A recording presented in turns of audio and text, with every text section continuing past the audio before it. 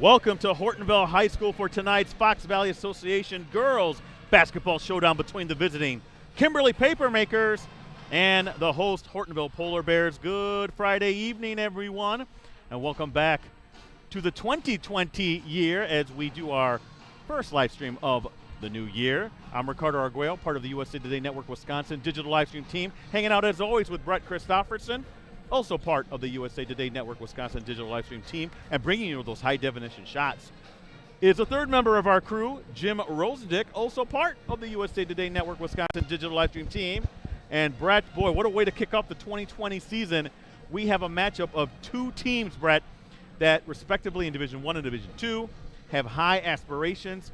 And let's be honest, when you look down at probably the goals for each one of these teams, I'm pretty sure the Resch Center is probably up there with goals in terms of where they want to finish their respective seasons. Well, it should be, too. These are two top-notch quality programs, teams that were at the Resch Center last year. And Hortonville looking to make it 4 straight if they can get back there this season. So, yeah, this is one of the games of the night in the state of Wisconsin on the girls' side. And the funny thing is, the boys' teams, their counterparts, are doing the same thing over at Kimberly High School. So both programs, boys and girls, are state-ranked.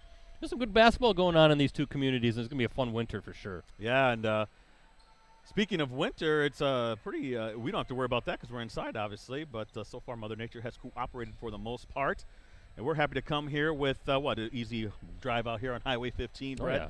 Piece of cake getting out here. We're really happy to bring this live stream because we both feel that both these teams have a lot of success in their near future. Now, Brett, you talked about the teams, Hortonville coming in 10-1, 7-0 in the FVA.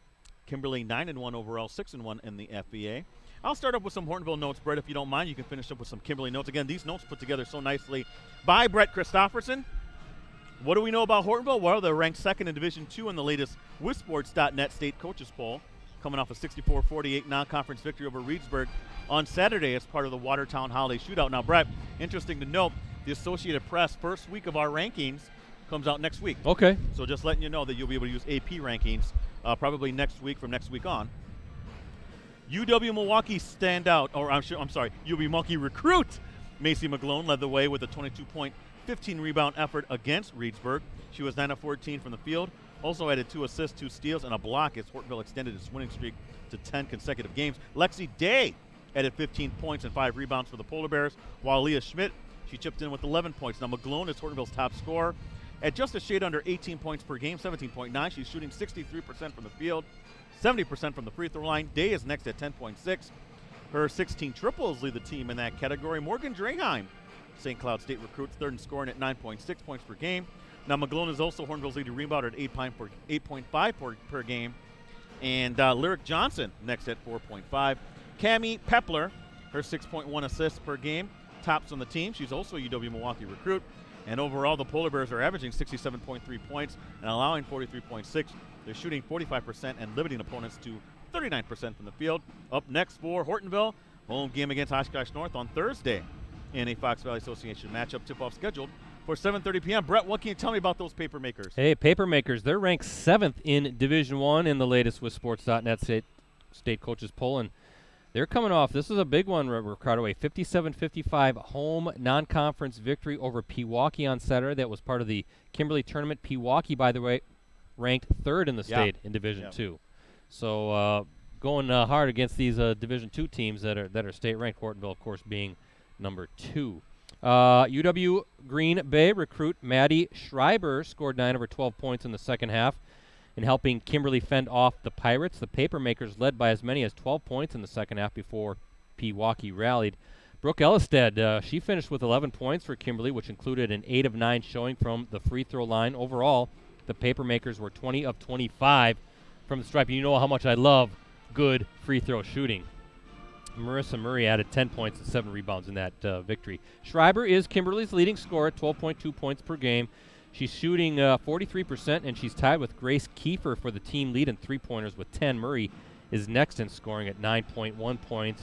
Murray and Schreiber are tops on the team in rebounding at 5.4 and 5 per game, respectively. Kate Karch's 3.3 assists per game lead the way in that department. Overall, the Papermakers are averaging 55.8 points per game and allowing 38.9. No surprise there. Defense is always a staple with Troy Cullen. Papermakers shooting 40% as a team and limiting opponents to 32% shooting defensively. They're also averaging 14.1 steals per game. And up next for the Papermakers, they're home against Appleton East on Tuesday. That is a Fox Valley Association matchup. Tip-off is scheduled for 7:15 p.m. Good stuff again here at Hortonville High School for tonight's Fox Valley Association matchup between the host Polar Bears and visiting Papermakers. And Brett, you kind of get the feeling when you go into the 2020 season, this is now when things start getting ratcheted up a little bit. Most of the conference play, the holiday tournaments are done.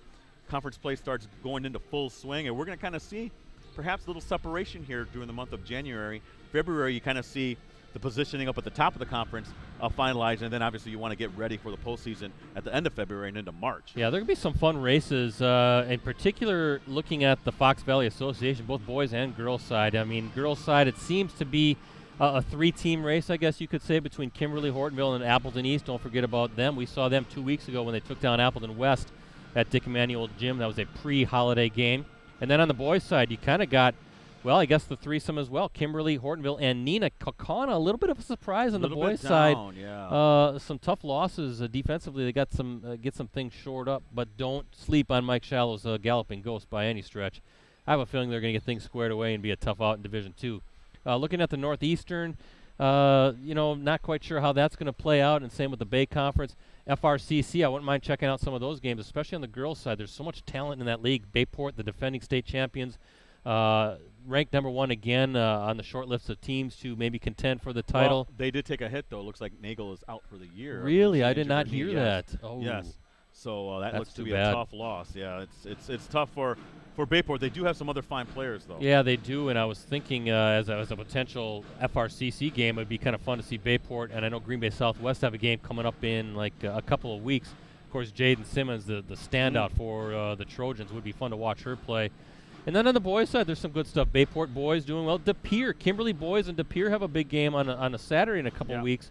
That might be a game of interest statewide that we might want to stream as well. I know De Pere having a really good season as well. So you're right. This is the time. Now we're through the holidays. By the way, Happy New Year to you, Rosie, and everybody else out there. Hard to believe it's 2020. But it's time to get busy again, and it's time to get into that routine. And, man, I'm expecting some good basketball and hopefully a bunch of live streams to come. There's going to be some good stuff here in these next couple months into early March as we get ready for tournament play. Oh, yeah. Can't wait for it, too. And some of the most competitive basketball in the state being played right here in the Fox Valley. Can't wait to see all this unfold. Less than 2 minutes here left in our warm-ups for both these teams. And, Brett, if you don't mind, I can do a little promo action, I guess, as we're waiting around here in terms of what I have just released this past week. If you've missed it, please go on to either the Post-Crest Insider or any of the sites in the Valley here, Oshkosh, Fond du Lac, or Green Bay. I did have my USA Today.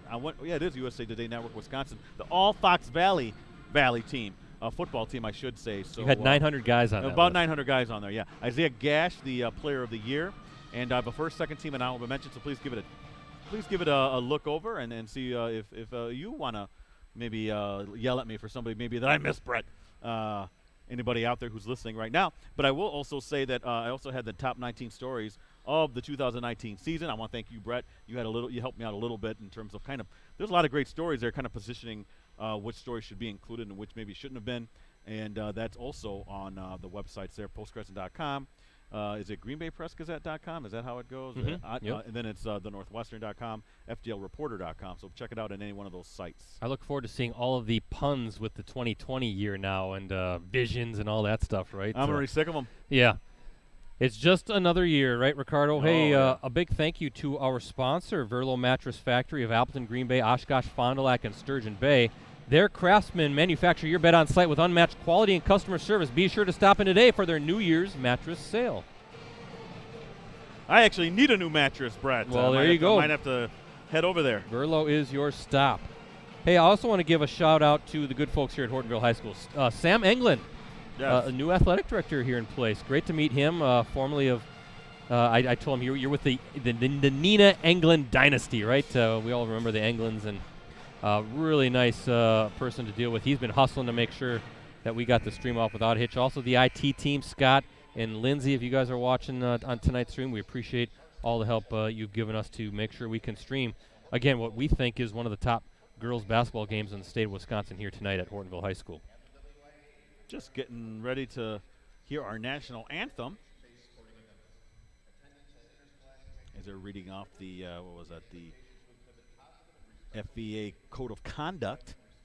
50 years of the FVA. 50 years. I Brett. don't think we've got some stuff maybe in the hopper looking Yeah, at and celebrating what we know is one of the top leagues in the state. Absolutely. I've been a champion of this to other reporters. They're probably sick of me, Brett. I don't care. But it is one of the top leagues throughout all sports.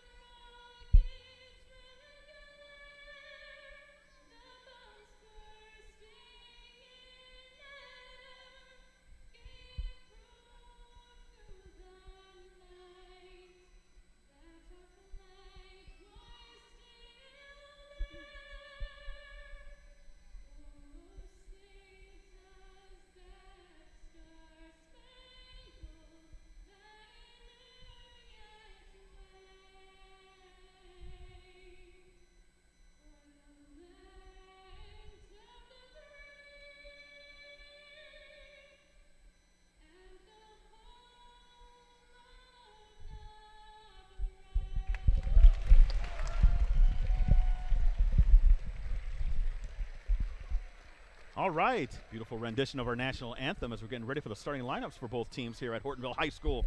Home of the Polar Bears. They take on the visiting Kimberly Papermakers.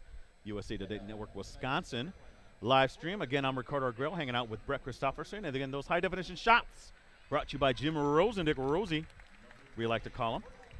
Yeah, I want to give a round of applause to the folks. This gym is packed, and something that we talked about a couple weeks ago. Yeah, and the boys' game's going on. The boys' game is going on at the same time, so we were kind of wondering what sort of how the crowds would take from each other. But it's great to see the support. I'm sure Kimberly High School is jam-packed as well, so it's just great to see this place filled up. It's going to be a great atmosphere, and but we've talked about how the FVA does it too much. I don't like the switching off on the same dates. Right. Can you imagine if the boys' game was being played at a different night? This place would be a zoo.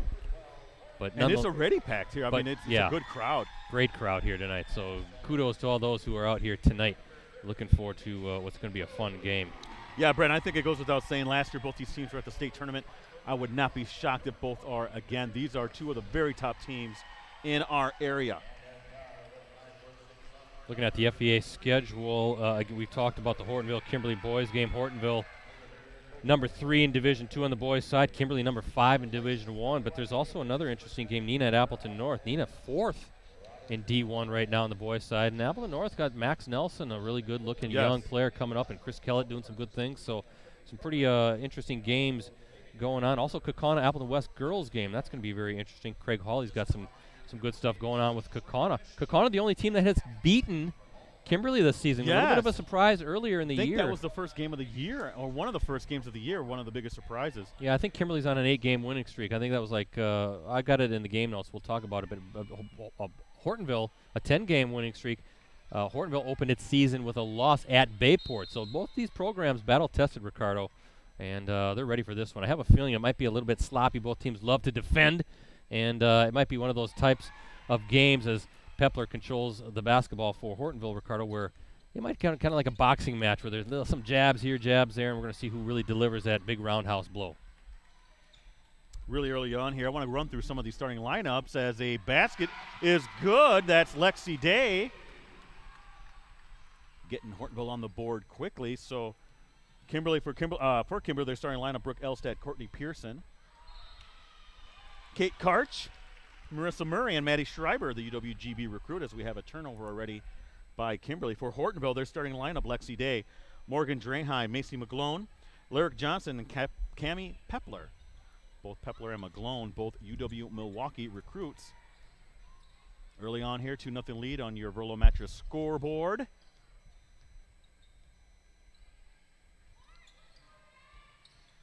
Man defense for the Papermakers. Troy Cullen known for good defensive schemes, Brett. Now, Ricardo, you saw some UW Milwaukee coaches I did. Before the game, didn't you? I did. I walked in, happened to walk in at the same time with them, and yeah, they were here. I'm sure they're looking at some of these other players. They already have Pepler and McGlone committed, but they're always on the ball, Brett. My alma mater. Pepler. Nice. Wow. Wow. What a Beautiful. reverse.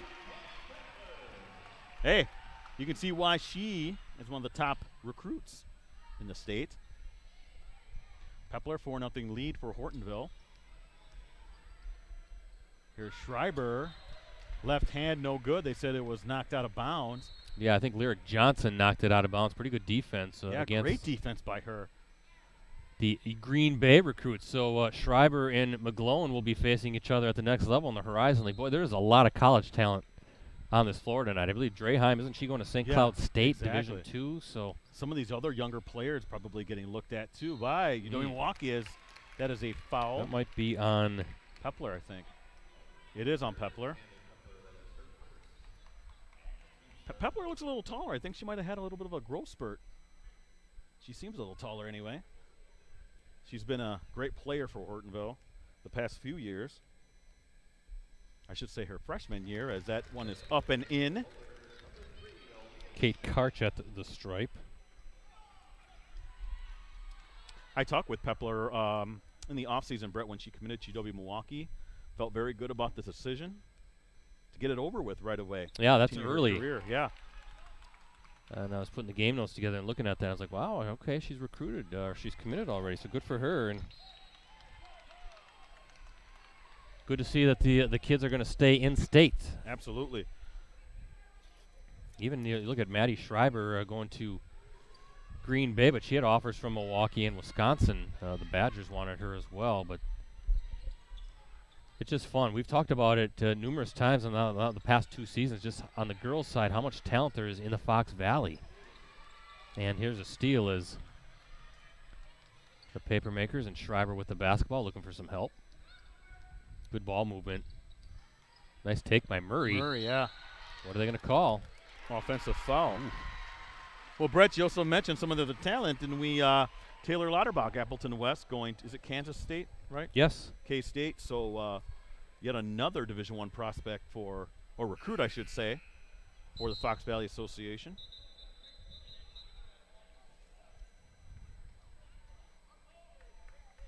As we have a discussion between the officials. But yeah, bad news to hear about. It was her PCL, Brett, that Emma Nagel tore. Yeah, I was looking at the scoreboard. But that's right. Are they trying to adjust the time here? We're trying to figure out what's going on. Yeah, I'm not sure either.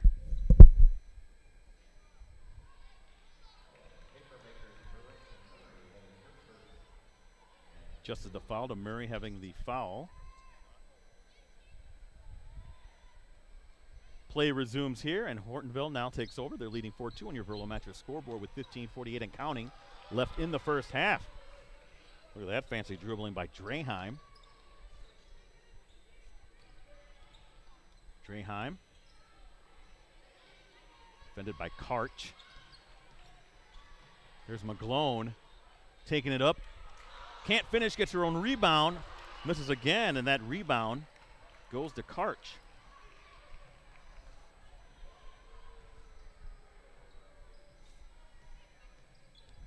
Here's Karch going down the lane and does turn it over as the ball does go to Hortonville. So that's the third turnover by Kimberly early on here in the first half.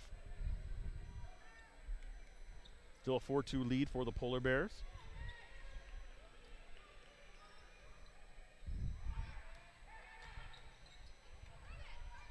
Ball up top. Draheim. Schmidt over to Johnson. Three-pointer no good. Karch with the rebound. Really good box out, too, by the Papermakers, or 3 Papermaker players. Now, that pass gets away, Brett, but that was textbook stuff on the other end. 4th turnover so far for Kimberly, and that's got to drive Cullen nuts. Good look by Aaliyah Schmidt.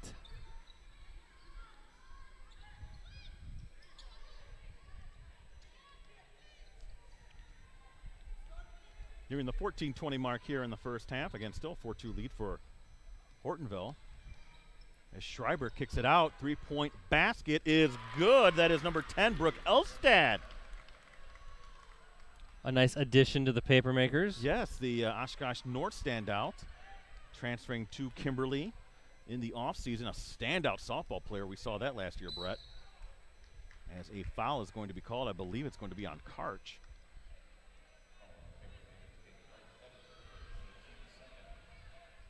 Pepler and Lebec check in for Hortonville. McGlone to the sidelines.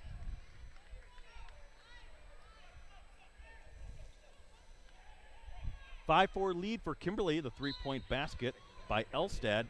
So far the difference here. Big crowd on hand for this big FVA girls matchup, early season matchup. Sounds like right now, Ricardo, just getting some feedback from the guys at the office that all's good on Facebook, but the website is not working. So hopefully, that's unfortunate. Mike Sherry will send folks to the Facebook site and with the link.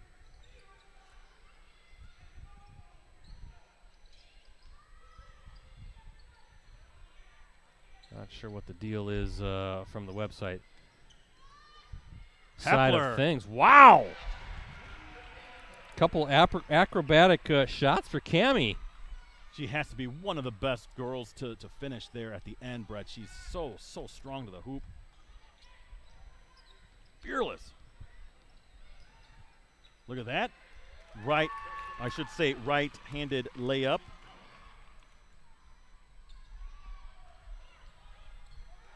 Steal. That's Schreiber. Easy layup. Who had the previous bucket? Yeah, it was number 5, but there's no number for her. Did I see that? Trout. Oh, no, it's Trout. Yes, I'm sorry. I was looking at the wrong one. Lyric Johnson now. So Boy, now it's starting to pick up big time. I'm starting to fall behind here, Brett. Mackenzie Drell, just a freshman, Brett. Murray. Nice finish. Nope. On the floor, really. 9-8 lead for Kimberly. 12:28 left here in the first half. Laglone checks back in, as does Draheim.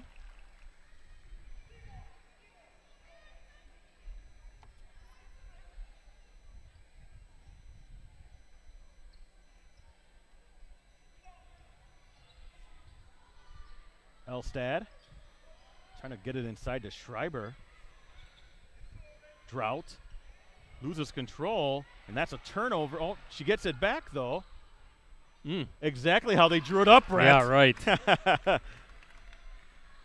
as long as the ball goes in. I got 4 points now for Schreiber.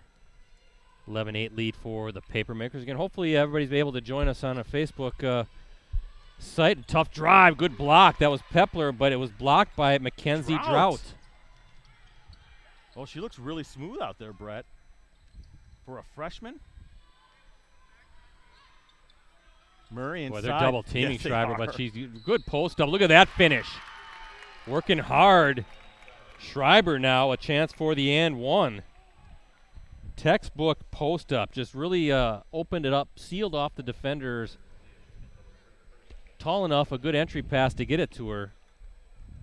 But that backside defender had no chance, and a great finish even through the double team. Schmidt, Aaliyah Schmidt picks up the foul. So and one opportunity. 6 points now for Maddie Schreiber, Ricardo, and the Papermakers up by 5. Yeah, Dunaway checks in for Kimberly. As Schreiber's free throw is good. 14-8 lead for Kimberly.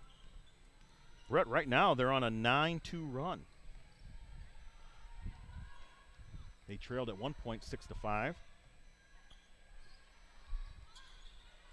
Pepler. Nice. Wow. That was a teammate, Mason McGlone, our future UW-Milwaukee teammate as well. Nice pick there, but the ball didn't fall. Nice rebound, Ricardo. Kyla Dunaway, a freshman, 6'3" for the Papermakers. Number 32, so freshman getting some quality minutes here in a big game. 6-point lead for the Papermakers. We look at our Verlo Mattress Factory scoreboard again. Look at Schreiber just working a good ball movement. They're going to say that she dragged her pivot foot. Yeah. 5th turnover for Kimberly.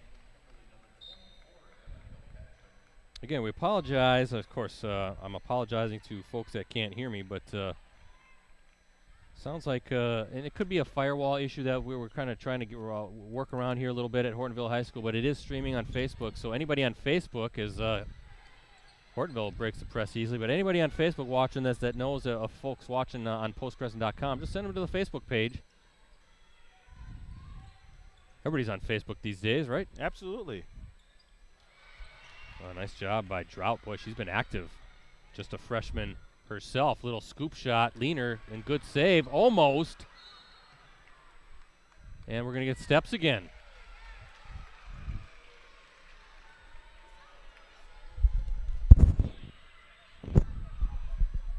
Hortonville will take over. 6th turnover for Kimberly.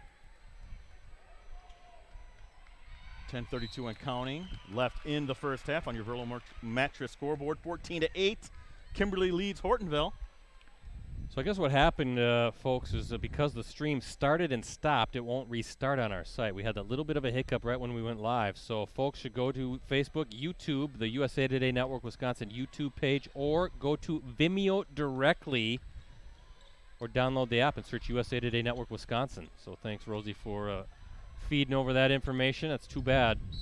And that's a foul coming and 2 shots for Hortonville's Morgan Draheim.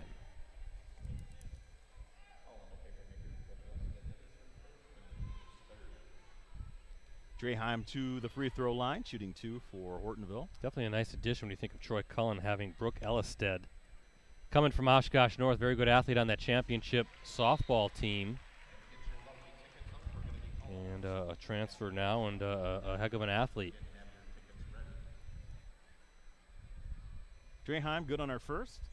Looking to bury the second.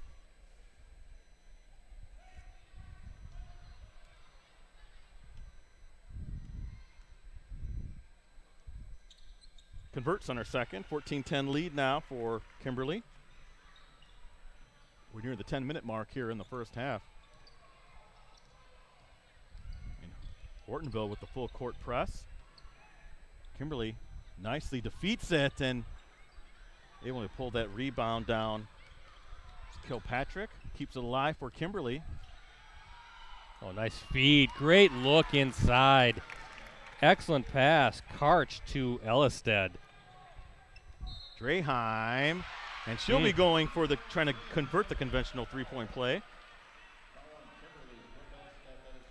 So Ellisted picks up her second. Draheim a chance to cut that lead down to 3, and the tempo really kind of picked up after the initial. We're struggling with it, Brett.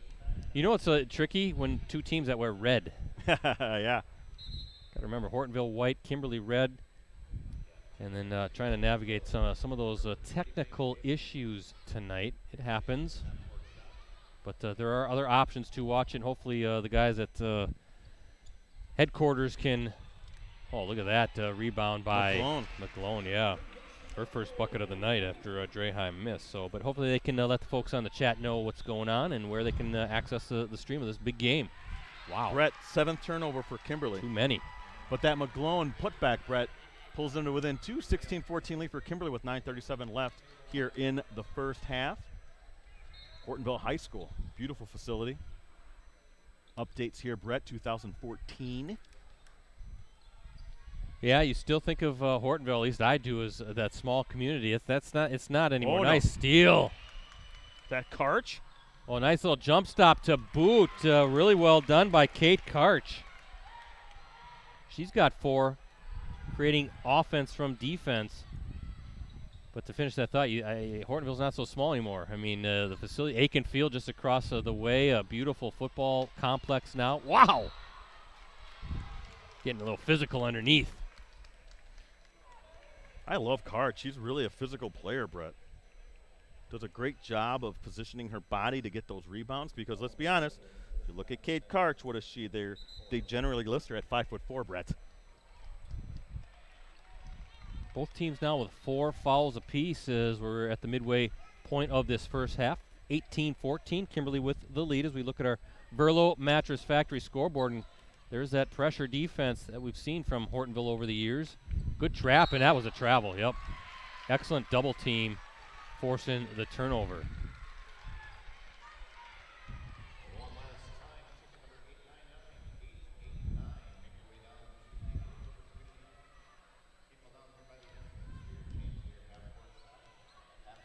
Kimberly swept Hortonville last season on its way to winning the FVA title.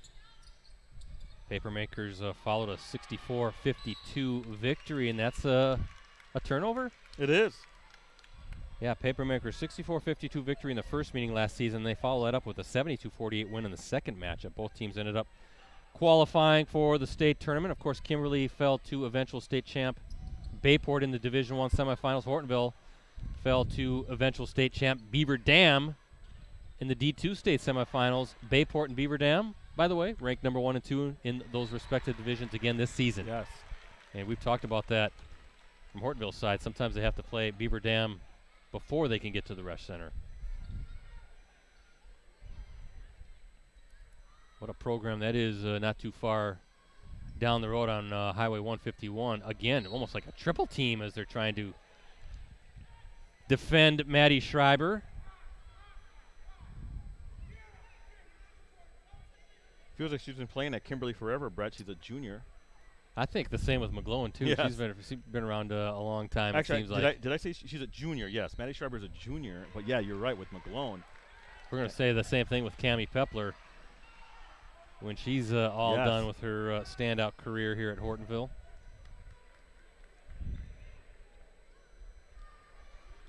Again, those switching over to Facebook, YouTube, or even Vimeo.com, we apologize for the little bit of a big glitch on our website.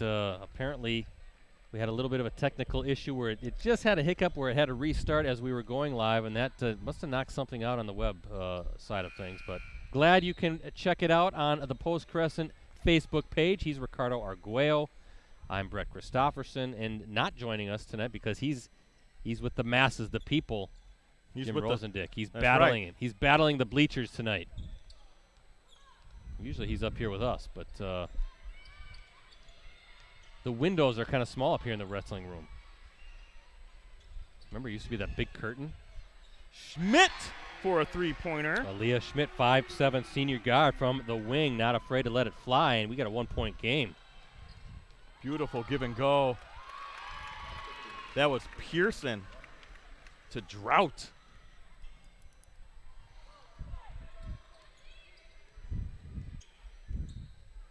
I really like this Drought from what I've seen so far. She's a freshman technically, but she plays with much more awareness than typically a freshman would. Active, right? Yes, very active. Making herself known, especially on the defensive end. Just kind of a gnat out there. Wow, good defense by the Papermakers. And where's that going to go? I was going to stay here on this end. But good job on that baseline to pinch it off. Nowhere to go.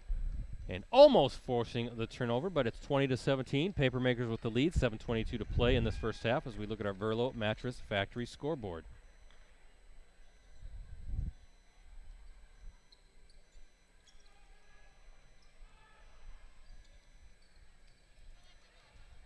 Pepler. And they put Drought right on her. That three-point bat. Oh, it's a two. That's a two. That's two. That's for LeBeck.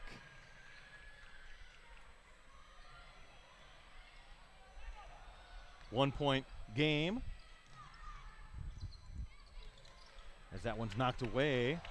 And almost a turnover for Kimberly. They're saying it is a turnover for Kimberly. That's 10 now in the half, Brett, for the Papermakers. They lead 20-19. Looks like Troy Cullen wants to talk things Yeah, over. he wasn't 30-second happy with timeout. Thought maybe that was the wrong call. 2019 lead for Kimberly with 6:56 left here in the first half on your Verlo Mattress scoreboard.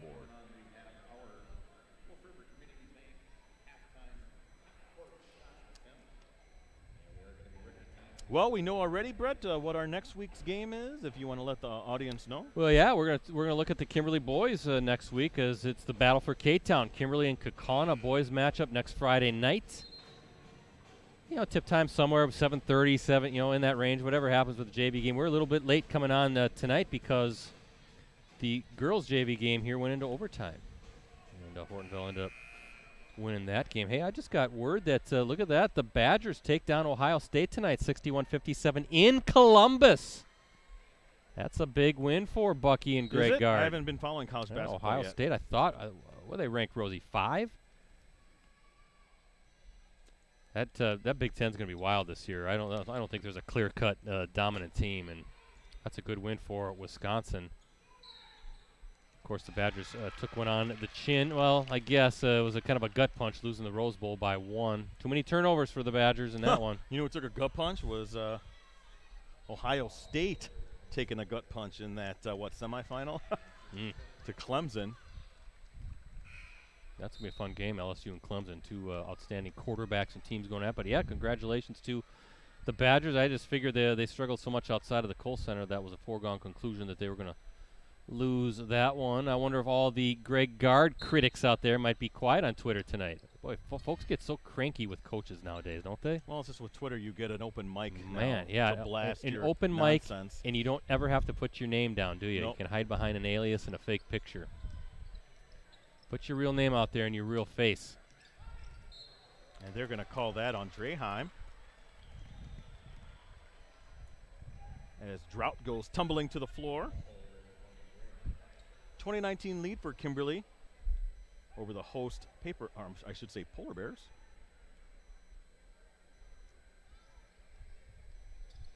Murray, Drought, defended by Draheim. Whoa. And another turnover, Brett. Yeah, caused by good defense. That was number 4, Lexi Day for the Polar Bears, 5'8" junior guard, just kind of getting in the way of that pass and shielded it enough so it went off the fingertips. So Hortonville basketball, both teams love to play good defense. And I'm not surprised that we're seeing some turnovers here. That's just the way these two teams force the action on the offensive end. They're going to create offense from their defense, as we've seen tonight. And there's a good take. Scoop shot left hand. Just couldn't get it to fall. It was a good look by Pepler. It was. And a nice rebound by Schreiber. Here come the Papermakers. Quickly down the floor. 3 ball by Grace Kiefer, no good. And Pepler going to show off her dribbling skills. Boy. That nice little mid-range pull-up. That's a nice shot by Draheim. And she's got 6. And the Polar Bears now up by 1 as we look at our Verlo Mattress Factory scoreboard. Really nice vision there by Pepler, Brett. She could have tried just taking it herself, but she saw the open player, and here she comes again with another steal, Brett. A good tap out by McGlone. Look at this, down the floor. Good look by Schreiber, just couldn't get it to fall. That was Courtney Pearson, just couldn't get it in with the left hand. Back and forth we go. Good seal off by McGlone, left hand, can't get it to fall. And Hortonville will reset. A lot of action here, BC. Offensive foul, interesting call, okay.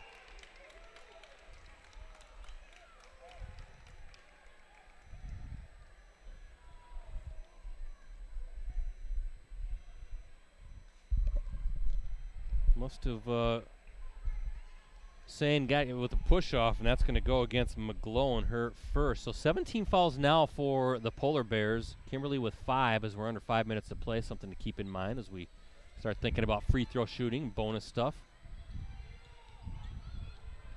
Kiefer with the basketball.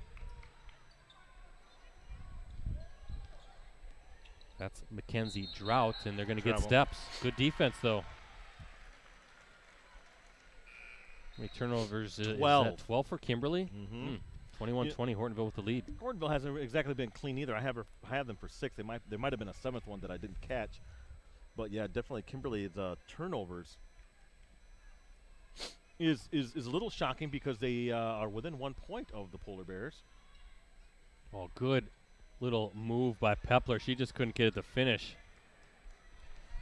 Fast break coming down. Little jump stop off the glass. Again, good look. That was Drought. Just couldn't get it to fall.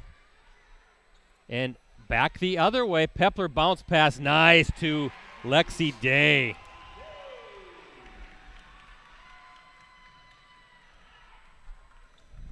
Both teams want to run a little bit. I like it. Murray inside, going to Schreiber, kicks it back out.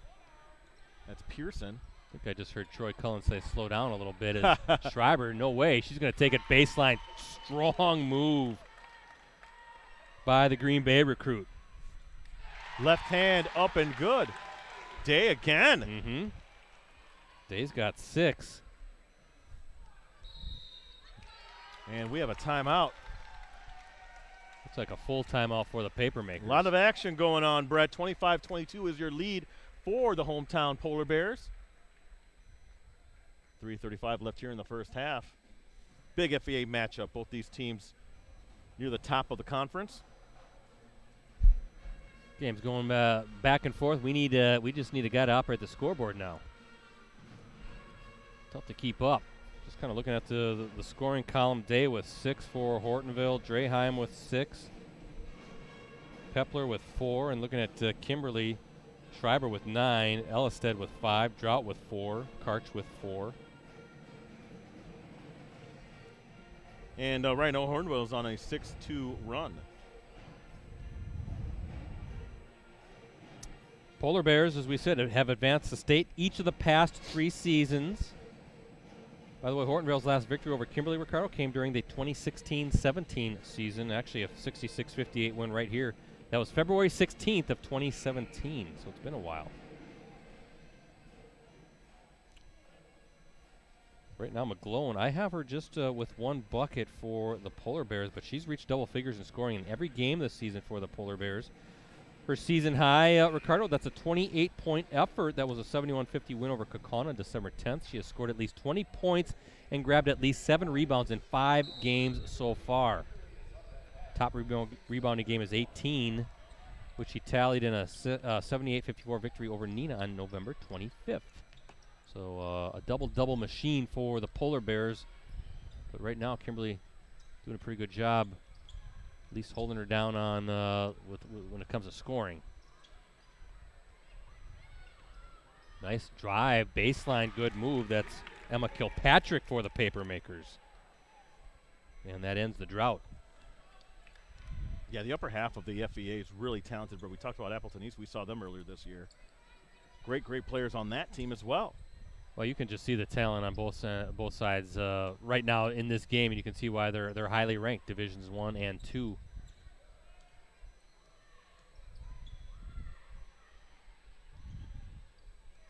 Good spacing right now for Hortonville, just trying to work for a good shot, working off that ball screen. Little jumper from the free throw line. That was a pretty good look by Lexi Day, and the second chance opportunity for the Polar Bears. That's a misfire on a 3 by Aaliyah Schmidt, but we got a foul. Foul on the floor.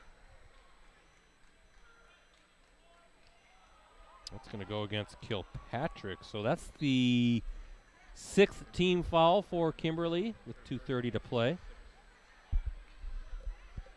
Good game here at Hortonville High School. Nice crowd here too, Brett. Fantastic crowd. Again, there's another big game going on over there in Kimberly between the Polar Bears boys team and the Kimberly boys. Yeah, we'll have to check Twitter here. Looks like a bench warning now against the Papermakers. Whoa. And the official talking with Troy Cullen here a little bit.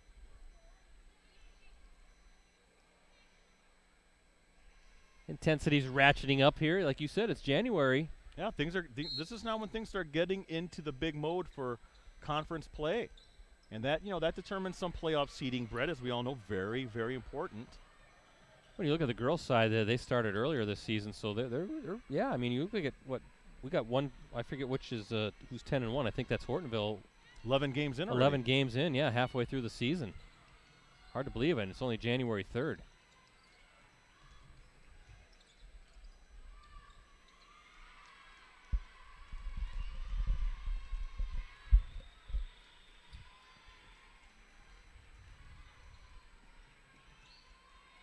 Hortonville being very patient, slowing this one Whoa. down a little bit. Wow, good hands by McClone. Did she catch that one-handed? One-handed. I don't think she was expecting that pass, but showing that athleticism. Whoop. They're saying she traveled, so 13 turnovers for Kimberly, BC. Got 4 points now for McClone, but showing good hands there. Yeah. Looked like a tight end. Making herself look like Travis Kelsey.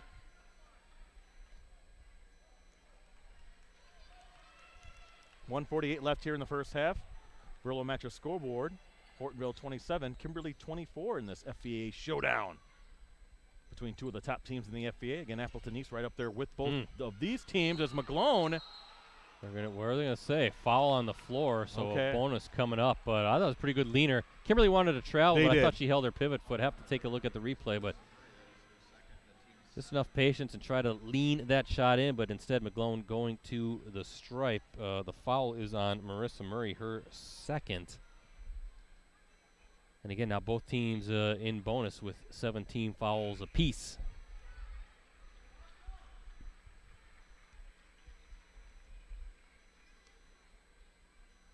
McClone expected to be a big contributor to UW Milwaukee.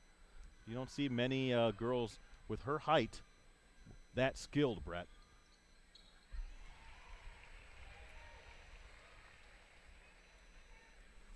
Good on our first free throw.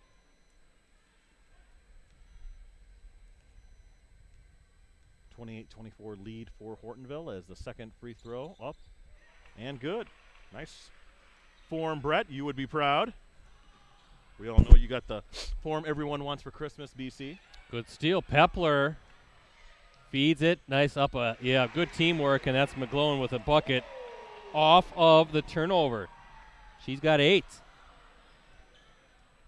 In Hortonville now, a 7-point lead.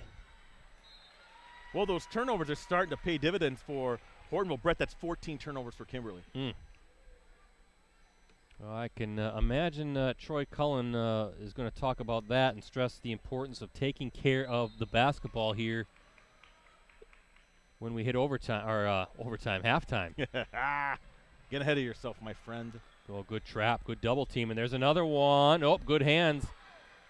Good look. Oh, nice teamwork. Great bounce pass. And that's Kate Karch with the finish. Good vision, Brett. Good awareness by Kimberly on that one. Oh, look at McClone fouled, and they're going to get Kyla Dunaway. That's a tough matchup. The freshman going against the senior, but trying to hold her own.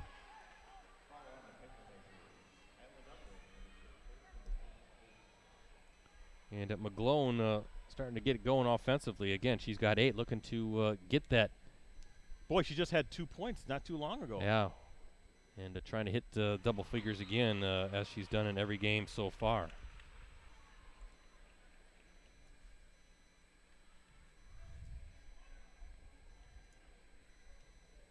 Stick with us, folks, watching online. We've got a whole bunch of good stuff to talk about at halftime. And down the floor, look at that. Great look. Nope, just couldn't get it to fall that time. Karch, but Pearson with a good look. And now here come the Polar Bears the other way. You can't even talk about stuff that we want to talk about at halftime. It's too fast. Pepler needing some help on the wing. Gets it out. Draheim. Less than 30 seconds left here in the first half. And now Hortonville resets. Ooh. McClone, little jumper. Nice. Yeah, they like that matchup, Brett. Yep. Anytime she's one-on-one, she's got to put that one up. Didn't really even square up her body, her shoulders, just sort of kind of flicked it. But a good touch from the mid-range spot. Schreiber. And that is how this first half is going to come to a close. Nice closing run by the Polar Bears. Ricardo is they're going to take an 8-point lead into the break. Right, and there was a point here, Brett, where Kimberly led 20-19 at one point, but since then, it's been all Hortonville. I'm trying to add this up. 15-6 run, basically, to close out the half by the Polar Bears. Well, it's halftime here at Hortonville High School, and a look at our Verlo Mattress Factory scoreboard shows the Polar Bears leading the Paper Makers 34-26 in our Varsity Game of the Week prep basketball live stream. Thanks again to our sponsor, Verlo Mattress Factory of Appleton, Green Bay, Oshkosh, Fond du Lac, and Sturgeon Bay. Their craftsmen manufacture your bed on site with unmatched quality and customer service. Stop in today for their mega mattress clearance sale. Also, check out their New Year's mattress sale as well. Verlo Mattress Factory offers free delivery and setup with set purchases, and they can make custom mattresses to fit boats, RVs, semi-trucks, antique beds, and more. Plus, air beds are on sale up to $400 off.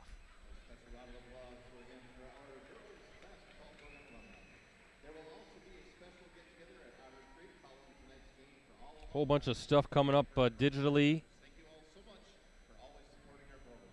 And maybe Ricardo can go over some of the things that he has been working on and will be working on. Also can kind of tell you that we are in the planning stages of another Wisconsin Prep Sports Awards show. Can't really let the cat out of the bag right now, but I can tell you that we will be at the Lambeau Field Atrium again. It will be a May date. It's going to be a Friday night, and we got a nice guest speaker lined up. Very nice. But we can't reveal that until it is official. And but that's going to be a fun night. Looking forward to that. And you know how fast that comes around. It's only January, but next thing you know, it's going to be spring. And we can't say where it's going to be. Lambeau Field Atrium. Okay. Yep, I said that. But we're going to have some information coming up here this next week. Look on all of our USA Today Network Wisconsin websites, including postcrescent.com, and the print editions probably next Sunday. And really can't wait. Got to get those fall nominees out. Expecting a big show, and Brett and you and I are happy to host that, or co-host that, I should say.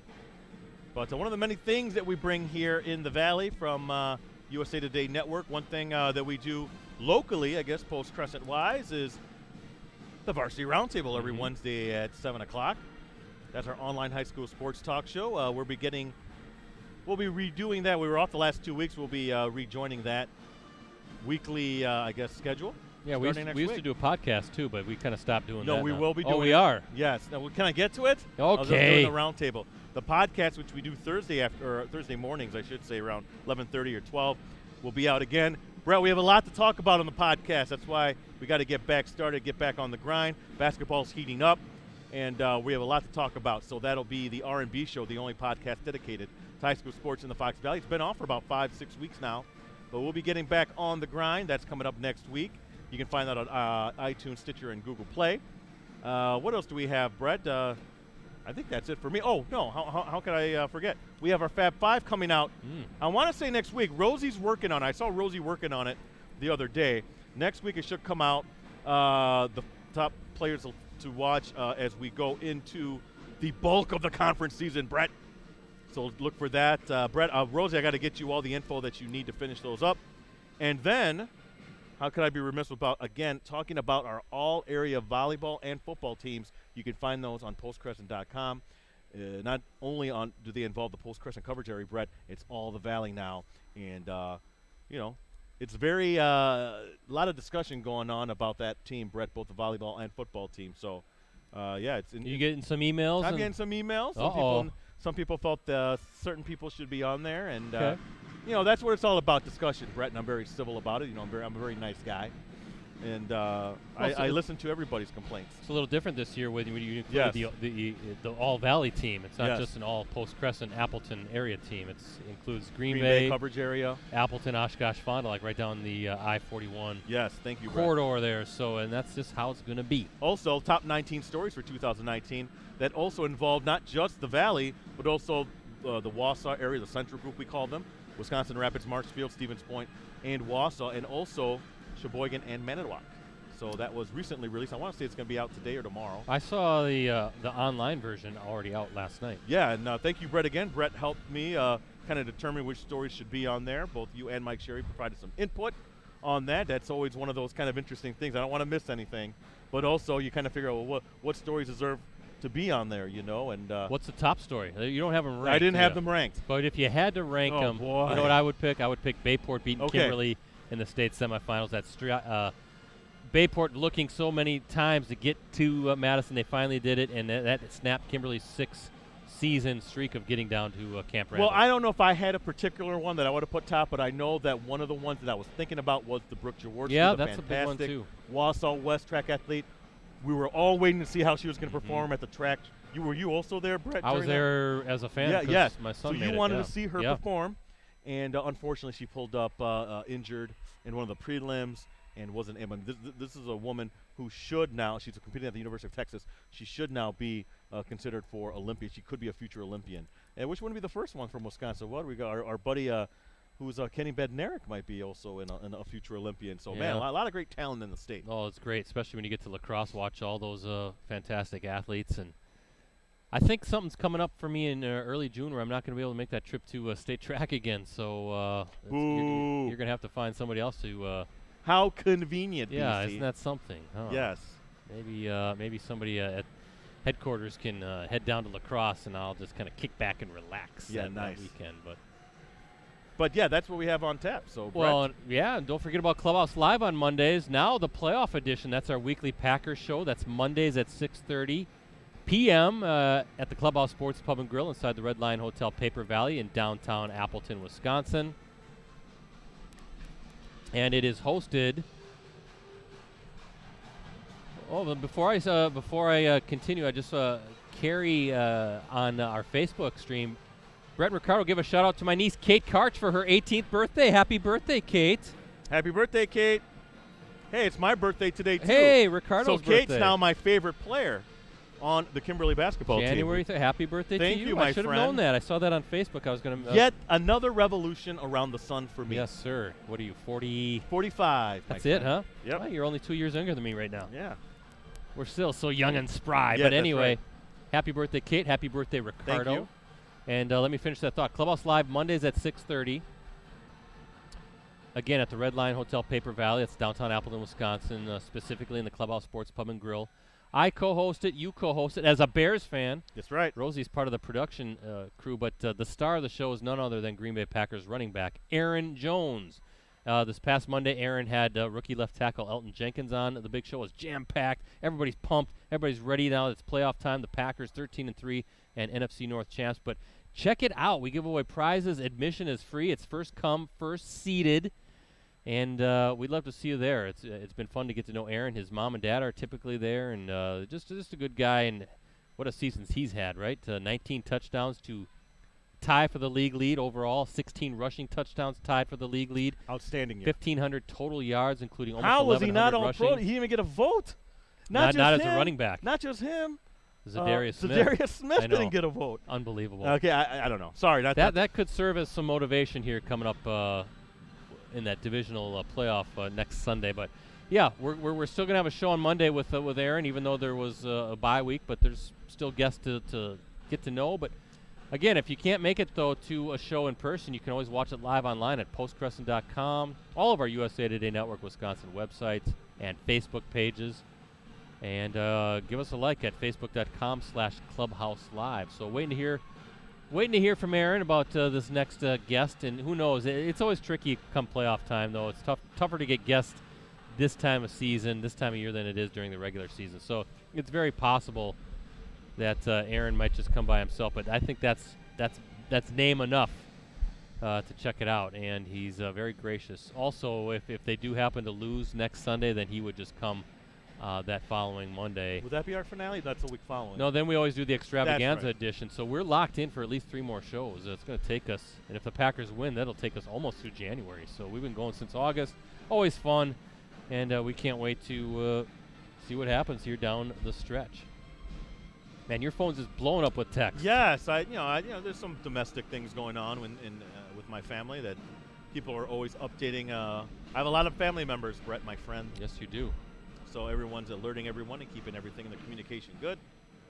Well, while you check out, make sure everything's A-OK, I'm going to let everybody know the scoring. First half for Hortonville. Schmidt with 3, Day with 6, Draheim with 6, McGlone with 11, Johnson with 2, Liebeck with 2, and Pepler with 4. For the Papermakers, Drought with 4, Ellisted with 5, Karch with 6, the birthday girl, Kilpatrick with 2, and Schreiber with 9. You know, the thing that stood out to me in that first half, Brett, was Kimberly's turnovers. Boy, they cut those in half, and I think they're in the lead right now. And that's something I'll ask Coach Cullen after the game, but I really like what I've seen from both teams. But I think what's surprising is Kimberly's young players look great, as do Hortonville's. These are two teams that are going to be at this level, Brett, for a while, my friend, even with McGlone leaving. That is impressive when you look at Kimberly's roster. Yeah, to have Mackenzie Drought, a 5'7" freshman guard, and then Kyla Dunaway, a 6'3" freshman center. He's not afraid to use. Think about that. They were in 8th grade, middle school last year. Now they're playing in one of the biggest games in the state here tonight. So good confidence by Troy Cullen. It just goes to show you now. I used to think that was too big of a step for players. It isn't anymore with all the AAU stuff and year-round basketball teaching and training. And there's a turnover for the Papermakers right out of the chute. Yikes. But it isn't a big step anymore. We see it both on the boys and girls side.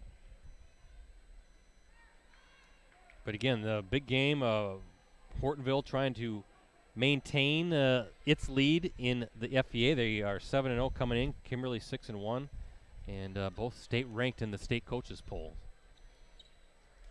And a turnover for the Polar Bears. So both teams playing turnover here to start the second half.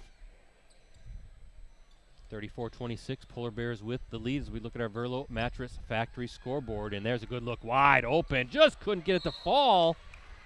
Ricardo, that's Courtney Pearson. She will go to the line. Yeah, Day with the foul there for Hortonville.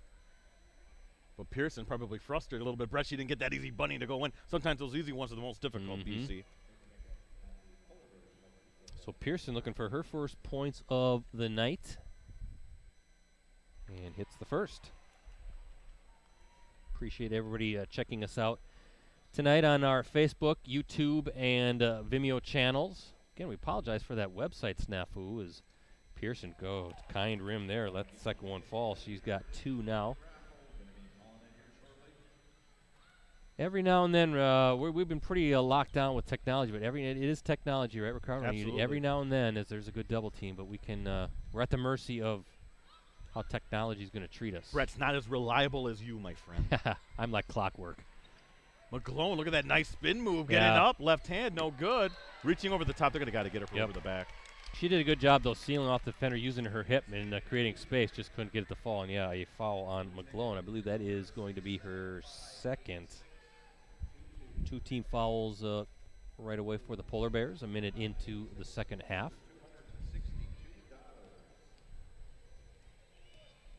Didn't get a chance to look at some of the halftime scores, and looks like, ooh. I think the officials are going to kind of switch that one back. And initial call was a turnover, but Kimberly's going to keep it. Good job by the officials to square that away.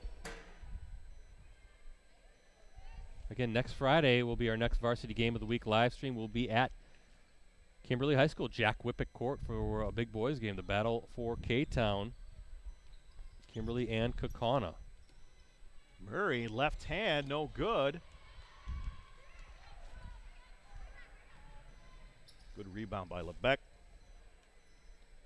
Hortonville now, 34-28 lead as we're just underway here in the second half at Hortonville High School. By the way, I was told it was pronounced Liebeck. Liebeck, okay. Yes. And Hortonville going to take its time as Pepler. Well, nice little hesitation, and they're going to get an offensive foul against Pepler. So 3 team fouls now for the Polar Bears. Let's see, I've got Pepler for 2 right now. They got 1 on the scoreboard, but I thought they maybe said actually that was her 3rd. We'll keep an eye on that. Karch, the birthday girl, Brett. Well, just 1 team. One foul, or 2 fouls. There it is. 2 fouls on Pepler, 3 team for Hortonville. Got to trust my scorebook. Good look. Nice look, yes. Karch to Pearson. Pearson finishes that time, Brett. That was a great look from Karch. Pearson with all 4 points for Kimberly to start the second half. They're down by 4.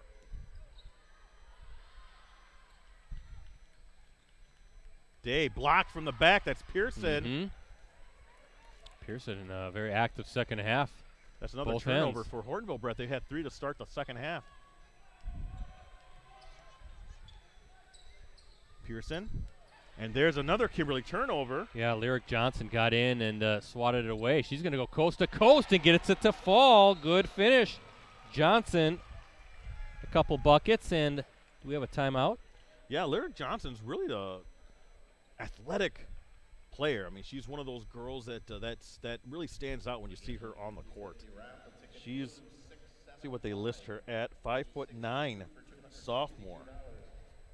Another young player for Hortonville with a bright future. 30-second timeout for the Polar Bears. That's just their first timeout of the game. 36-30, Hortonville with the lead as we look at our Verlo Mattress Factory scoreboard.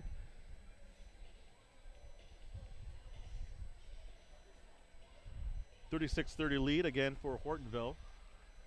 Great matchup between these two teams, Brett. This is a good game. I was just looking at my game notes, and I was going to mention, hard to believe this is already the 20th season for Troy Cullen as the Papermakers head coach. Career record 363 and 100. He has led Kimberly to 2 state tournament appearances.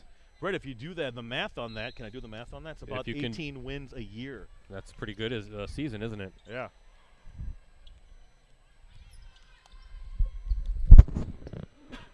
Left hand, no good, and that's going to be a turnover. They're going to call a foul, however, on Hortonville.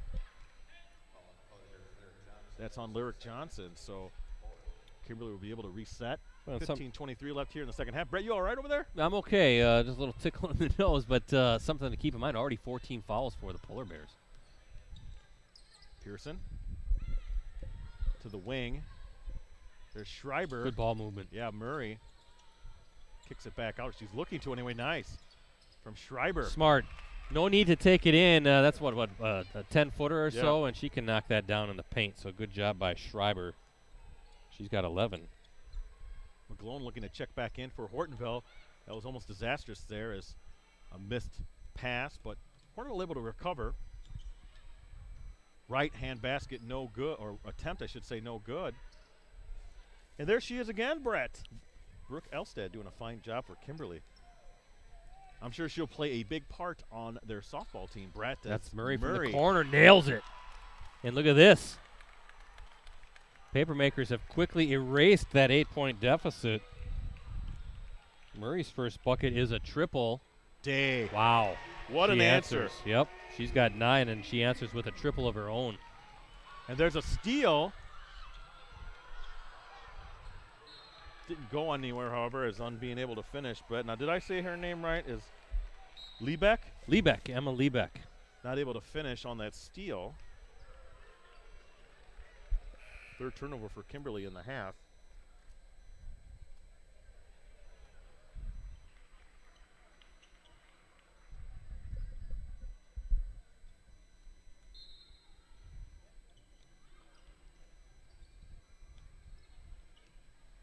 Dreheim being guarded by Schreiber. Whoa, good hands by Pepler.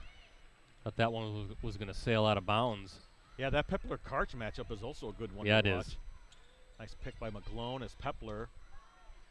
Boy, great rebound by Macy McGlone. Coming in there, grabbing it again, more like a one-handed grab. First bucket of the half. She's got 13 now on the night.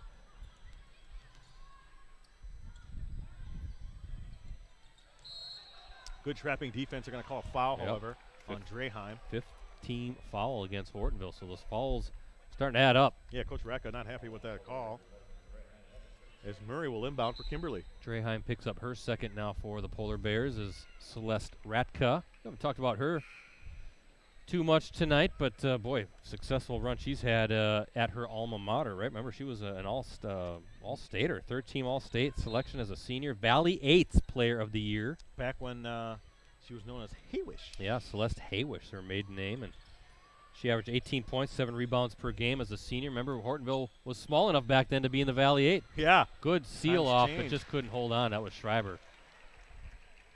Yeah, Celeste went on to play collegiately at UW Green Bay, where she was an All-Horizon League selection, also the league's co-player of the year in 2011. So, and she's coming back home, or she's been back home, and Yeah, good start to her coaching career, Brett. she's been to state every season since so she's looking to make it 4 straight. 4 for 4. 41-35, Hortonville with the lead. Long way to go in this one. Second half. Nice big crowd on hand at Hortonville High School. Haven't, again, checked out any of the scores. It's been too up and down. 3-point basket, no good. Look at McGlone working hard, and she'll go shooting 2. McGlone's really got active on the boards, Brett. She's really had a fine game from about, 7 or 8 minutes left in the first half until now. Karch picks up her third for the Papermakers, just the first team foul. But, yeah, McGlone, one of your guests earlier this season on the Varsity Roundtable show. It was Macy McGlone and Taylor Lauterbach, I believe, were the guests. Appleton West standout going to Kansas State. Again, so exciting to see so much college talent, both boys and girls side. McGlone good on the second. She's got 14 for the night. And I'm guessing, Ricardo, she's got to be at a double-double here. I have to double check. I think she's about 8 rebounds. Look at her fighting hard down low. Yeah, with the freshman, Kyla Dunaway with the Papermakers, not backing down again. And that's a turnover, a 5th one for Kimberly. So, Brett, Kimberly in the first half had 14. They have 19 in the game unofficially. Seems like Hortonville might have weathered that run. Storm. Right, up 8 at the half, and then Papermakers trimmed it down, and now it's a 7-point advantage here. And see how the second half goes.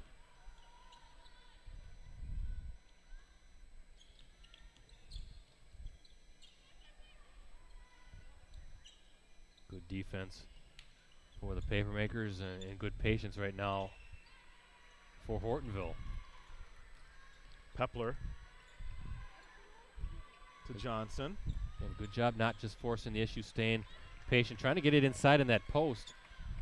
And let's see if McGlone, she's going to set that ball screen. Now going to go down to the block. She's trying to seal off Dunaway. Good battle between the senior and the freshman. There's a good job by McGlone using her body, but Dunaway gets the block. Yes, she does. She played that about as well as you could, Brett. Only a freshman, and played the UWM recruit about as well as anyone has this year. Yeah, I was watching that matchup pretty much the whole time on that end of the floor, and very impressed. Really, both players. McGlone did a good job to get herself an opportunity, and they're going to call an offensive foul against the Papermakers. Another turnover for Kimberly. Brett, let me tell you something. That is very difficult to teach when you have a defender, a freshman girl. You're trying to teach her footwork because that's the dirty work. That's the stuff that doesn't show up in the box score, Brett. So kudos to Dunaway there, doing the hard work. Yeah, there. Equally impressive by the freshman to hold her own and really do a textbook job defensively. Because McGlone, if you watch, uses that body, uses that gets the defender off her hip really well. And again, there they are battling in the post, and let's see what the call is here. They're going to call that on Dunaway? It is on Dunaway, so she was getting a little too physical there, BC. Second on Dunaway, third team foul now for the Papermakers. 7-point lead for the Polar Bears, and for a game that's been up and down, kind of a low scoring between the two, but again, turnover. Too many turnovers really on both sides. Here's that battle again. McGlone off the glass. Woo. Nice. No hesitation. She got it, spun right, banked it off the window, and I think this might be the largest lead of the night for the Polar Bears, up 9. Karch. McGlone now with 16 points for the Polar Bears. She's really gotten hot end of the first half again. Carried over into the second half. Brett, I think you're right on the 9-point lead. I'll double check here. It was 8-point was at the halftime, so yeah.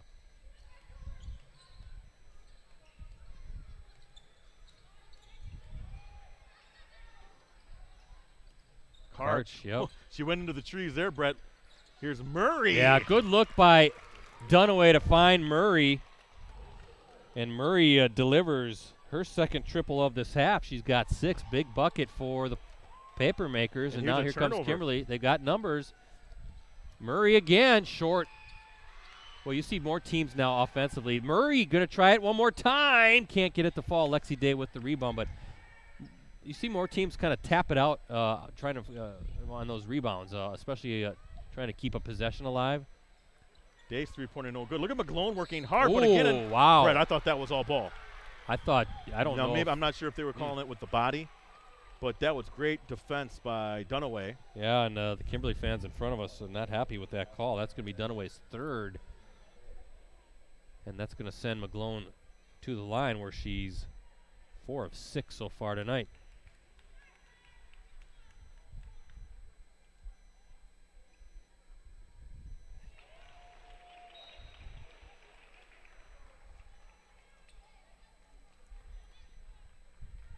McGlone with her first free throw. Trying to make this an 8-point lead, though, if she converts the second.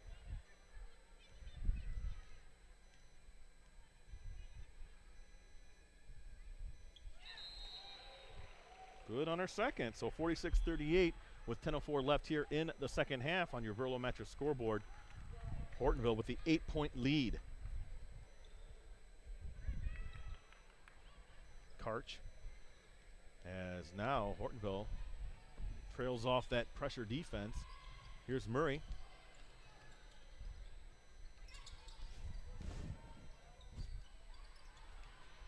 That was a tough leaner. Emma Kilpatrick with the shot attempt, just a little short on that. Boy, quickly down the floor. The Polar Bears blocked. Schreiber blocked. Yeah, that was Lyric Johnson trying to get a shot off of Schreiber, but Schreiber said nope.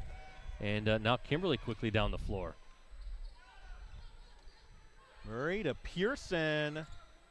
No good, but Liebeck with the rebound for Hortonville. Hortonville with a lot of rebounds this second half. Liebeck, she's going to try from the wing. Yep, rims out. Schreiber with the rebound. Murray's kind of had a hot hand here in the second half. Couple triples. Karch thought about the three. They're going to get her for steps, though. 21 turnovers for Kimberly, Brett.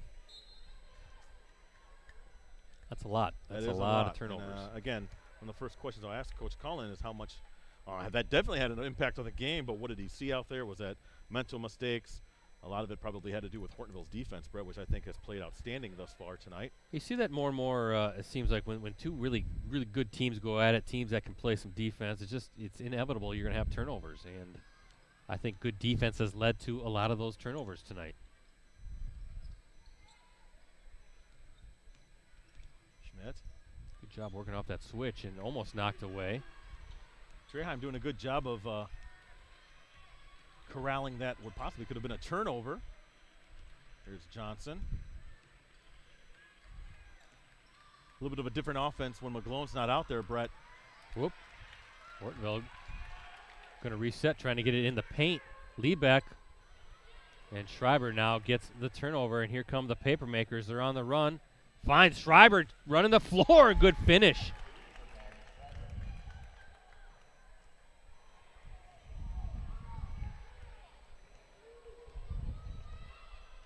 Schreiber with 13 and getting out on the run. Johnson, almost a turnover there again. Kimberly's very active as well defensively. Yeah, both teams really defend, not afraid to get in your face. They needed that. That's Morgan Jenzema, a senior with a triple. Boy, when you can get production, Brett, from your reserves, key basket, they needed that three-pointer, and they got it. And they also got a turnover here, it looks like. Yeah, Jenzema, 5'11", senior forward with a huge three, back to a 9-point lead, and the Polar Bears now a chance to add to that. Almost a steal. Another three from the wing. Good. That's Morgan Dreheim, Ricardo. And, Brett, this is all, again, with McGlone on the bench. And a 12-point advantage for the Polar Bears as Kimberly going to burn another timeout, down 52-40 with 7:25 to play as we look at our Verlo Mattress Factory scoreboard. Looks like a full timeout for the Papermakers. Really deep roster for both teams. For Hortonville especially, Brett, where you can get those key big three-point baskets from your bench players. Obviously, Dreheim's a starter. But that just shows you how much confidence they have in their teammates, Brett, how much confidence Coach Radka has with her players to give her the green light to take that bucket, Brett. Or take that shot, I should say. I mean, 12-point lead for Hortonville, the biggest of the game, that lead.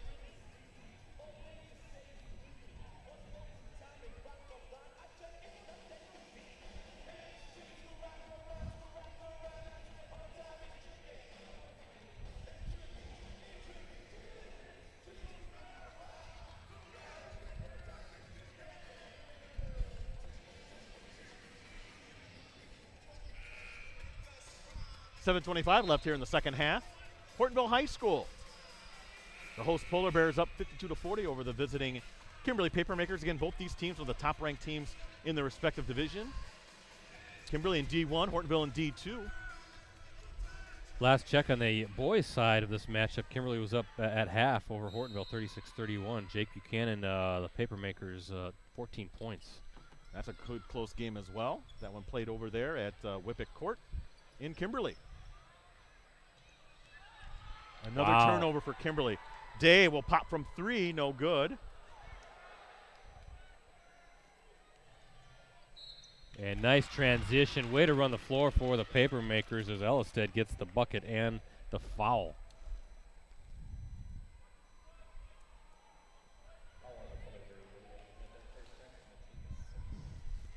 Elstad, a 5'9" junior. Yeah, she's got 7, looking to make it 8. And to make this a single-digit deficit just like that, 12-9. So good job by Ellisted to finish. And a nice job by the Papermakers getting out on the run. There's McGlone. And, oh, nope. Wow. Fortuitous there, and McGlone's going to go to the line. Just when you think you might have the basketball, it kind of Johnny on the spot for McGlone, and now a chance to sink a couple free throws. 16 fouls for Hortonville right now, 5 now for the Papermakers as McGlone short on the first. And Marissa Murray picks up her 3rd personal.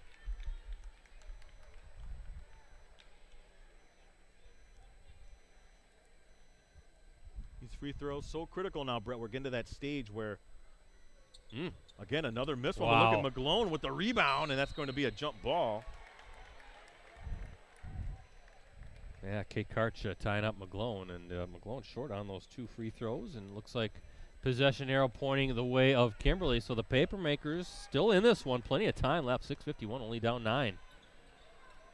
Try to solve the riddle of this pressure defense, though. Schreiber, nice feed. Oh, Murray wanted to take that 3, Brett. Here's Karch. Pearson, back over to Karch. Oh, nice look. Murray was holding her hand up. She was by herself underneath the basket, but good collapsing defense. And here come the Polar Bears on the run. Oh, nice seal off by McGlone. She can't get it to fall. And Pepler now has it for the Polar Bears. Again, another opportunity, second chance opportunities helping Hortonville out tonight, up 9. Hey, good awareness, though, by Jensima, Brett. She was able to get that rebound and kick it back out to Pepler to reset for Hortonville. There's Day. Yep. Can't finish, and the rebound now from Murray. Boy, some really good looks, really on both sides. Just again, the defense, though, gets there quickly. When you think you're open, it just closes up fast. So maybe rushing those shots a little bit more than normal underneath for both sides as Karch blocked by McGlone.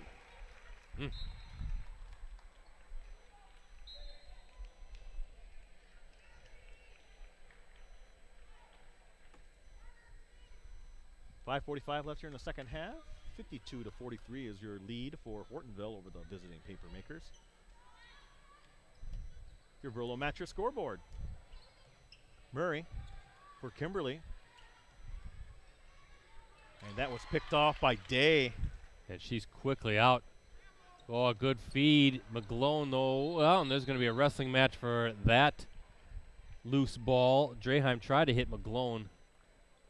Bounce pass just didn't quite get into McGlone's hands, and that tie-up now is going to belong to Hortonville, so Pepler's going to inbound it. 24 turnovers now for Kimberly, Brett. Wow, that's crazy. Here's Day. She's had a nice active night for the Polar Bears. Some really critical three-pointers. Behind the back, Pepler. Oh. Pulling out her inner Iverson there, Brett. So that's a foul on the Papermakers. That evens up the team fouls at 6 apiece with 5:21 to play. And foul is going to be on Karch now. She picks up her 4th, so she's going to have to exit the game here with those 4 personals. But feeling like kind of now's the time for Kimberly to. Yeah, if you need to make that run. Because it's getting to the time, Brett, where they can kind of play free throw game here. Oh, wow. Jeez. Peplers. That was a deep 3. Excited about that one. And now we have a traveling call on Kimberly. Wow. Pepler's first bucket of the half, her first triple. She's got 7 and not afraid to let it fly. Don't need to be towing that line, right? If she needs a little space, doesn't matter. She'll step back and launch those. 12-point lead now, Brett. Now if you're, I'm just going to say you got to be a little careful with the ball, but a turnover by Hortonville. And another turnover by the Papermakers. Again, unofficial, I have them for 26, Brett.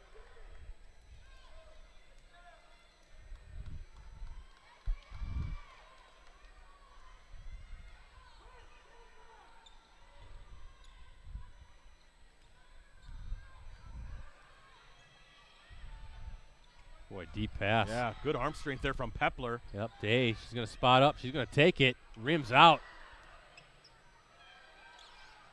In a fight. There'll be another tie-up. And Schreiber's getting frustrated, It's getting Brett. intense. Her and Day fighting for that ball. And you see number 24 for Kimberly down there as well, Kilpatrick.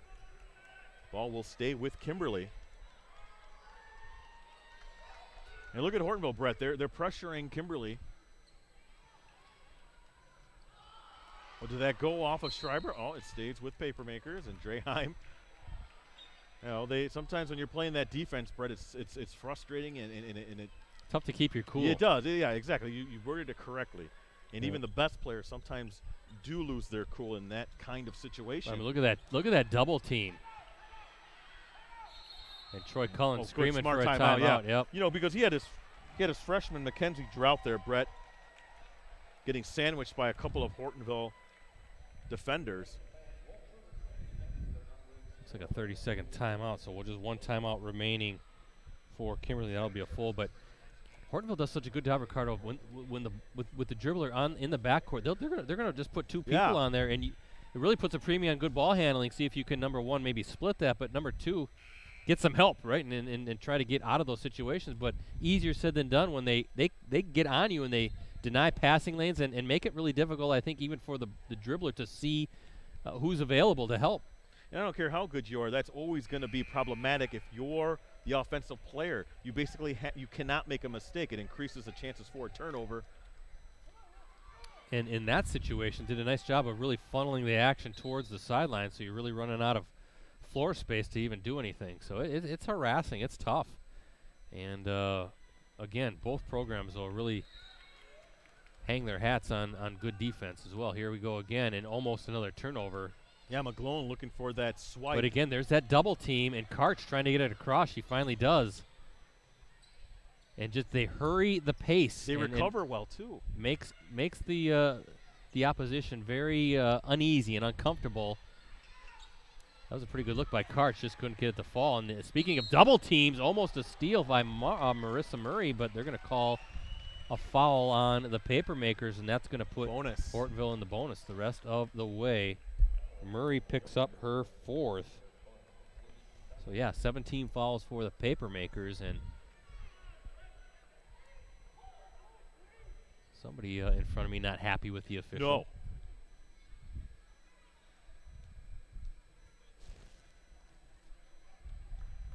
And I think this is this Lyric Johnson at the line? It is Lyric Johnson. And hits the first. This is, again, we're talking about free throws, Brett. It's going to come down to that aspect, at least probably now throughout the rest of the game with 4:14 left here in the second half. Johnson, sophomore.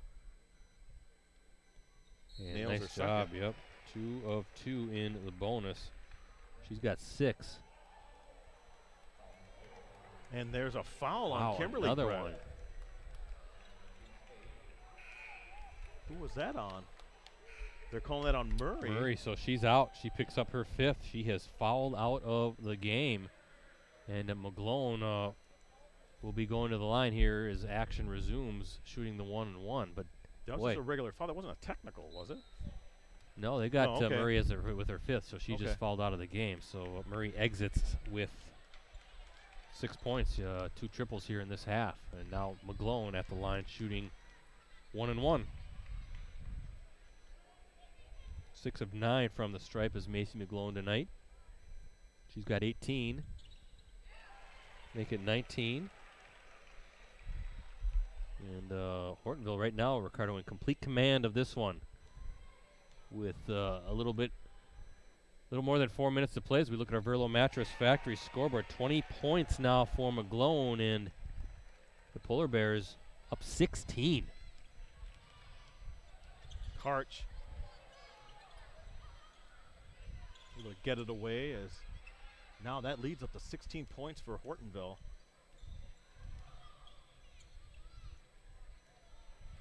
Polar Bears making everything difficult for another steal. Pepler's Kimberly. got it. Playing a little numbers game, and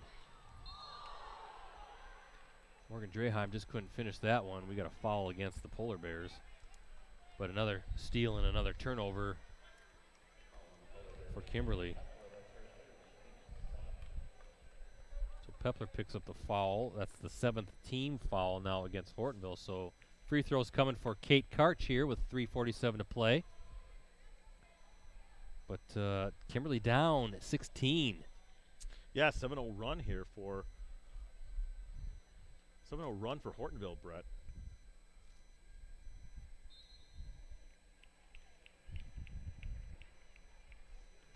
Just to recap, it was a big three-pointer by Pepler, Brett. If you remember that, then the rest have been free throws for Hortonville.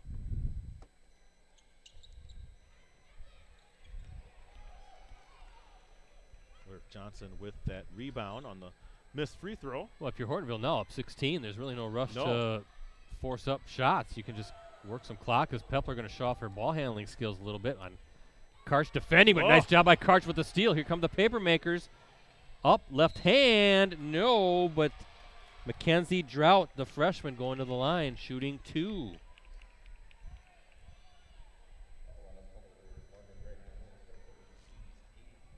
Drought, 5'7" guard for Kimberly. Again, she's one of 2 freshmen on the varsity, again with Kyla Dunaway. Drought looking for her first points of the second half. She had a couple buckets in the first half for 4, and that free throw no good. You know, if you look over the Hortonville Polar Bears, their roster, they also have 2 freshmen. Mara Hedke, Trinity Mocadlo. Hopefully I said that correct. Yep, Mocadlo, yep.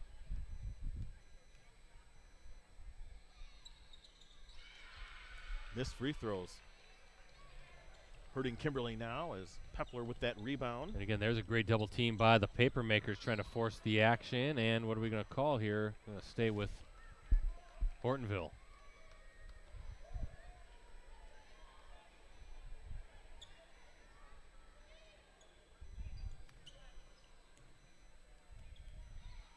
Again, if you're the Polar Bears, can't do anything silly. Just eat up that clock. As I say that, they got double teamed there. Look at McGlone with the athletic play. Schreiberhofer with the turn. Good awareness to find Drought. Little pump fake, shot fake, and Drought is up and in. So good job, again, creating some offense from defense. And you can see the Papermakers making a little bit tricky now because you know Hortonville just wants to take the air out a little bit. Day pop it from 3. Yeah, wide open. Good ball movement, finding Day. She's got 2 triples this half. 12 on the night. Again, the junior guard, Lexi Day, is Drought. Good rebound. Unable to finish, though, as Lyric Johnson now with the rebound. Pepler, a little hesitation. Boy, good vision, boy, finding Day. the hot Day, and she hits another one. Back-to-back threes for Day, Ricardo. She's got 9 this half and 15 on the night. It's a 20-point lead, Brett. I think that's going to be tough to come back from as Drought able to stop the bleeding a little bit.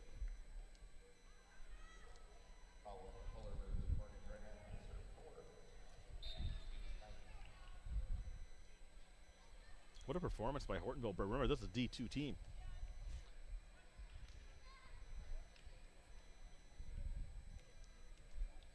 Drought. Free throw. Good. 3-point play for Drought. Just going to add up her points. 5 this half, 9 on the night. And I suppose now we're going to a whole bunch of fouls. That's going to be the 9th on Kimberly. So still in the 1-and-1 as Pepler will go to the line.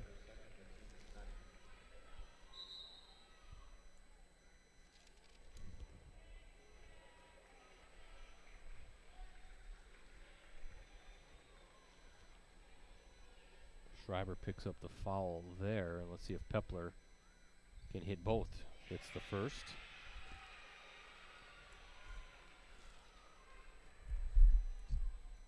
Pepler committing already to W Milwaukee following her freshman year, so UW Panthers getting a good one. They lead back to 19 points for the Polar Bears. You were going to say UW I Milwaukee, was gonna weren't you? say UW You're Milwaukee. thinking about your Panthers I as know. Lexi Day rebound off the miss. Wow, 3 defenders surrounding McGlone, and it looks like we got a foul. Well, this is one of those classic scenarios, Brett, where they kind of had their attention on McGlone, but great play by the teammates, Brett, to get her or to help her in that way in terms of like giving her offensive assistance. Can't really. I guess once you do that, and you develop those other options, Brett, that makes them very difficult to play. Double bonus time now for Hortonville. That's the 10th team foul against Kimberly. Back to a 20-point lead. And are you surprised it's a 20-point game? Yes, absolutely. I thought this would be a barn burner the whole way. But I think when you look at Kimberly, Brett, 27 turnovers. That will short circuit any team. Yeah, that is a ton of turnovers. Not going to win a lot of games when you have a turnover total that high. Lexi Day with the rebound, Brett. Yeah. And now Hortonville can bleed more of that clock.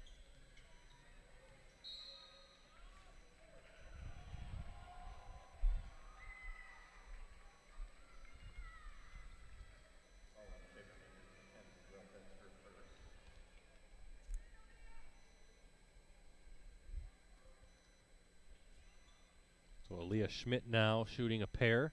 She's got 3, make it 4. She had the 3-pointer in the first half.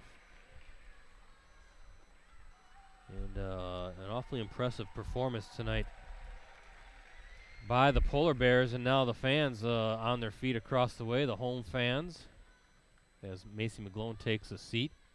She gives a big high five to Morgan Draheim. It's a big win for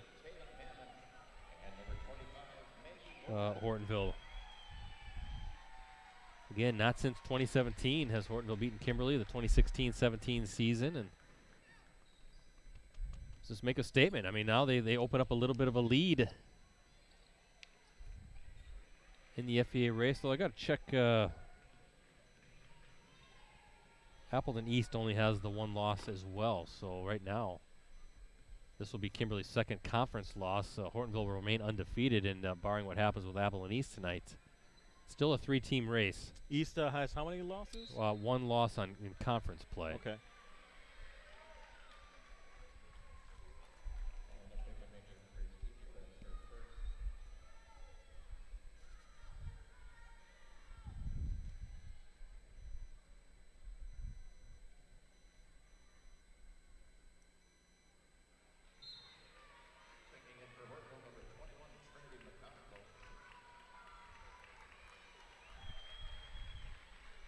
One minute left here in the second half.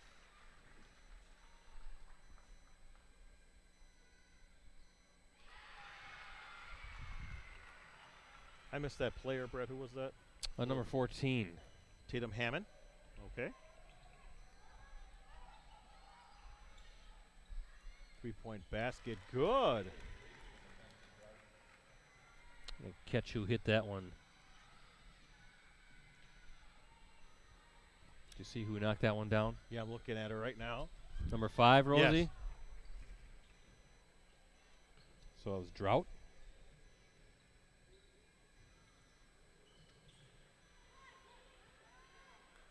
Drought again. Look at her.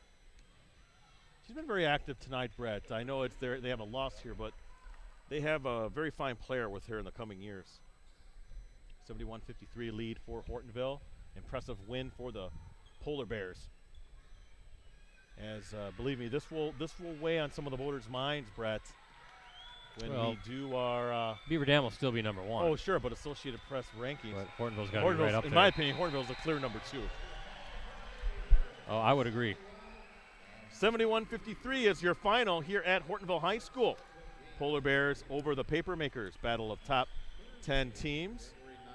And the Polar Bears taking advantage of 27 Kimberly turnovers.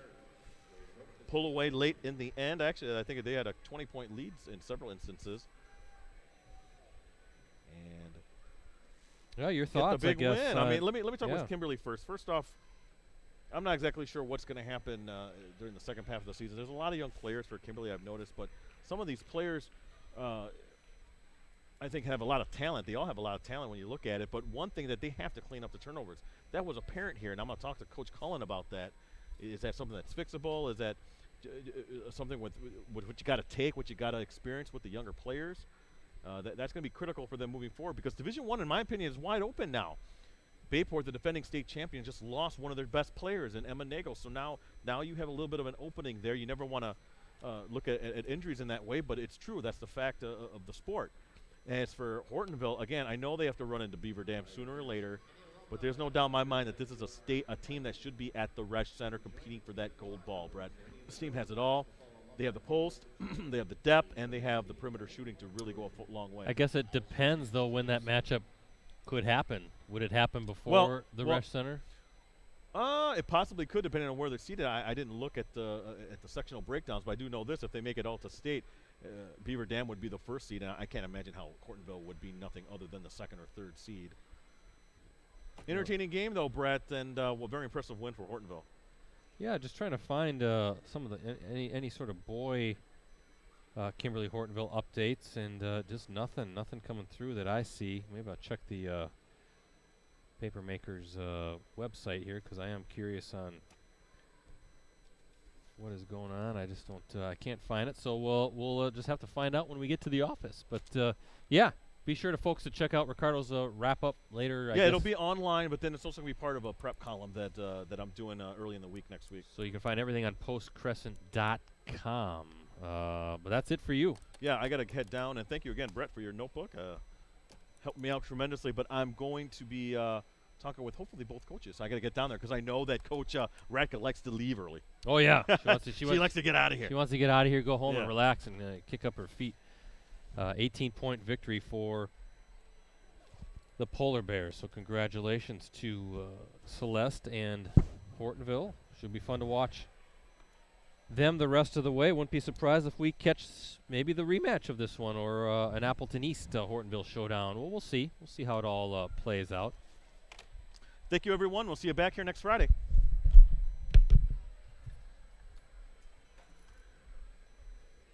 All right, let me gives me a chance to run down the scoring before we sign off tonight for the victorious Polar Bears. Schmidt with 5, Day with 15, Jenzema with 3, Draheim with 9, McGlone 21 points, Hammond with 1, Johnson with 6, Liebeck with 2, Pepler with 9. For the Papermakers, Drought with 14, Ellisted with 8, Pearson with 4, Karch with 6, Kilpatrick with 2, Murray with 6, and Schreiber with 13. With the win, Hortonville, number 2 in Division 2, they improved to 11-1 overall, 8-0, all atop the FVA by themselves. Kimberly ranked 7th in Division 1.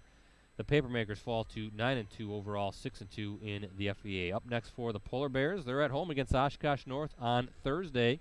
That's an FVA matchup. Tip time is scheduled for 7:30 p.m.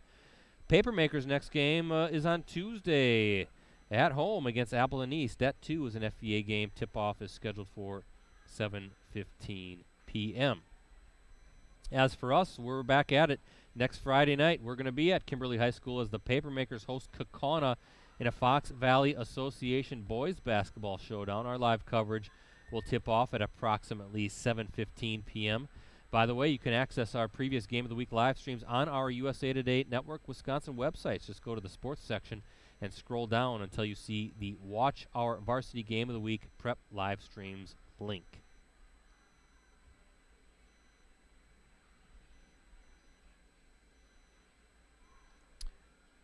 And thanks again to our sponsor, Verlo Mattress Factory of Appleton, Green Bay, Oshkosh, Fond du Lac, and Sturgeon Bay. Be sure to stop in today for their New Year's mattress sale. So for Ricardo, for Rosie, and the crew with USA Today Network Wisconsin, I'm Brett Christopherson signing off from Hortonville High School once again. The final score tonight, Hortonville 71, Kimberly 53. Thanks for watching, everybody.